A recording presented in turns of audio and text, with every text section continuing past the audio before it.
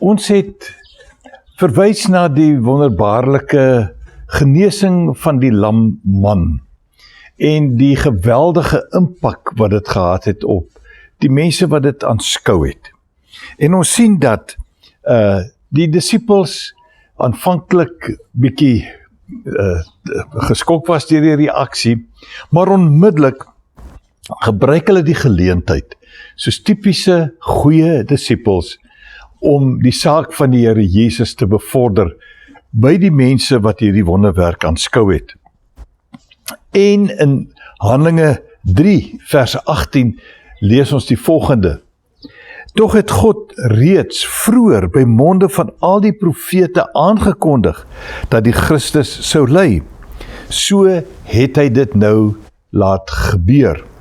Nou hier kan ons verskillende Ou-testamentiese tekste aanhaal, onder andere Psalm 22, Jesaja 50 vers 6 en 53 vers 5, Daniël 9 vers 26, Hosea 6 vers 1, Sagaria 13 vers 6, baie tekste wat bevestig dit wat hier gesê word.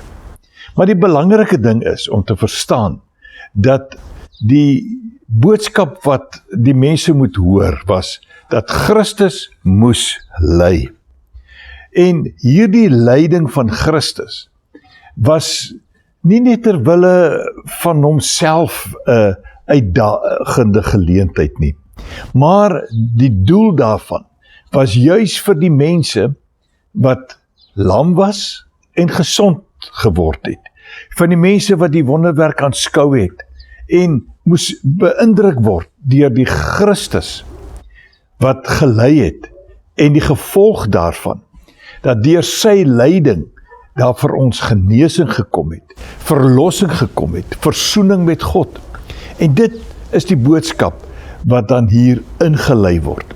En ek gaan graag die volgende paar dae verwys na verdere tekste wat uit hierdie verduideliking na vore gekom het. En ek dink, kom ons onthou dat wat ook al gebeur in die kerk, in die huis, in die hospitaal, in die werk, Christus moet verheerlik word. Loop mooi.